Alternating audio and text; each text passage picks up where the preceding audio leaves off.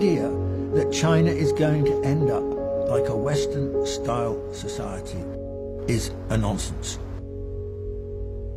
China will remain China.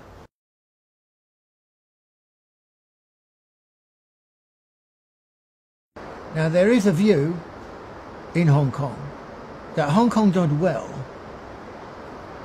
in the period before 1997 because it was smart, because it was clever, because it was free, because it could get on with it, because it was with the British and so on.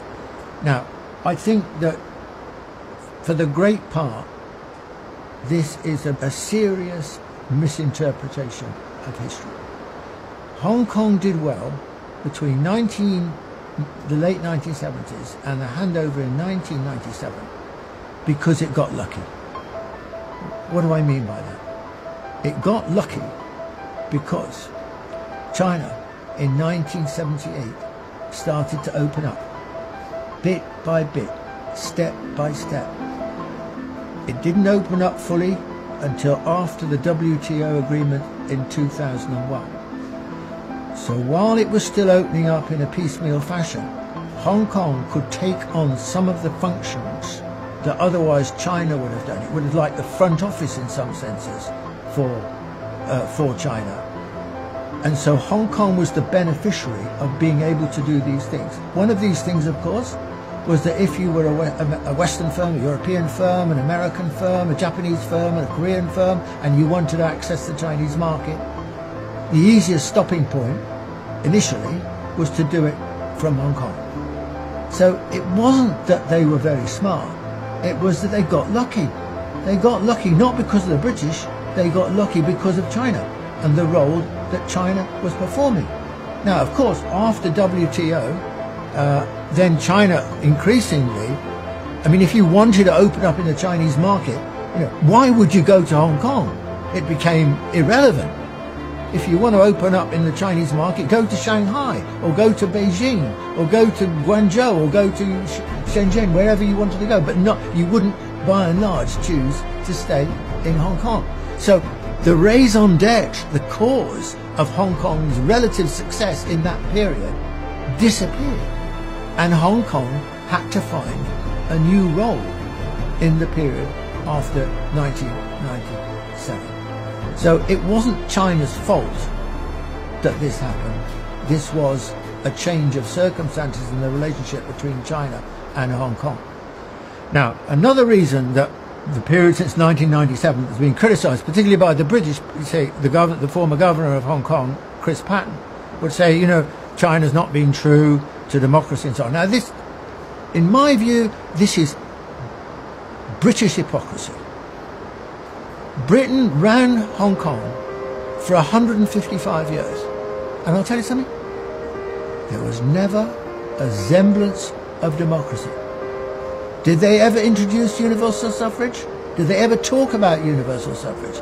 Not a word of it until after the handover agreement, and then with Chinese rule looming, then it became essential that Hong Kong was democratic in a Western-style fashion. This was hypocrisy. How should Hong Kong try and proceed now? Now, I think a word of criticism here of the Chinese government and its handling of Hong Kong. I think that one country, two systems, which was a brilliant solution to the problem of Hong Kong, a civilization state solution to the problem. A nation state would never think of those terms in those terms. But what is one country, two systems? How do you create the balance between the two? The project in the longer run is clearly to create a more unified country.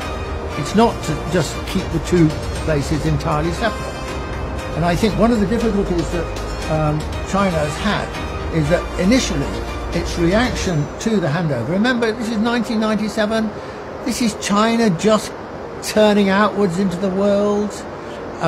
There was a lot of publicity questioning about how China will conduct itself as the force behind Hong Kong and so on. And so I think that China's natural instinct in that period, an understandable instinct, was to emphasize two systems. I mean, I remember when I lived in Hong Kong for 2.5 years, soon after the handover, and I remember being surprised that the only evidence, virtually, of any Chinese presence, visible presence in Hong Kong, was one Chinese flag flying over one of the buildings near the harbour. There was just no evidence. Essentially, there was not much change. It just carried on in the old form. And there were two big problems with this. One, the governance of Hong Kong is a colonial governance. It's set up in a colonial manner. It's a kind of executive. There's no political leadership. There's no political sense of direction set by a colonial administration, because that's not the job of a colonial administration. That would have been done back in London in those days. But basically the form of government has stayed more or less the same as it was previously. And the second problem is about the economy. Now, contrary to the way in which the British have historically liked to talk about Hong Kong as this dynamic, competitive economy, by and large, that is just rubbish. Hong Kong is a typical colonial economy. It is not a competitive economy. It's a monopolistic economy. It basically preferred or empowered the tycoons to run Hong Kong, to divide up the spoils between themselves, above all in the field of property where most of the money was made. So this is an oligopolistic and monopolistic economy. That had to be changed. That has to be changed.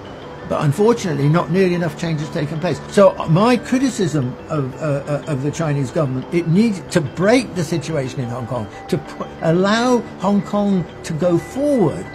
It needs to change those two situations, to have a different sort of administration and to have a different kind of economy, which is more open.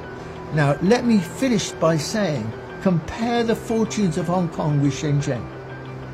Deng Xiaoping deliberately suggested the idea of Shenzhen just over the border, a little fishing port, so it was close to Hong Kong and could model itself and learn some of Hong Kong's lessons. Now compare the situation of Hong Kong today with where Shenzhen today. Shenzhen has made absolutely electrifying progress. It is the technological centre probably of China. It is the second only to Silicon Valley in its technical competence and innovation. And Hong Kong? There's nothing like that in Hong Kong. Hong Kong has made zero, they talked about it, but it made zero progress in this direction. I think that the Hong Kong people should press the Chinese government for more rapid integration in China's own plans. So that Hong Kong, rather than just thinking of itself as apart from China, it needs to think of itself more in terms of being part of China. You know, the mentality of the people is we're different, we're not Chinese. Well, of course, for 155 years, they never learned anything about China. They speak Cantonese, sure, but they didn't know anything really about China. They were ignorant about the North. Their lines of vision were all westwards to Britain or the West or the United States later or Canada, etc., and never north to China.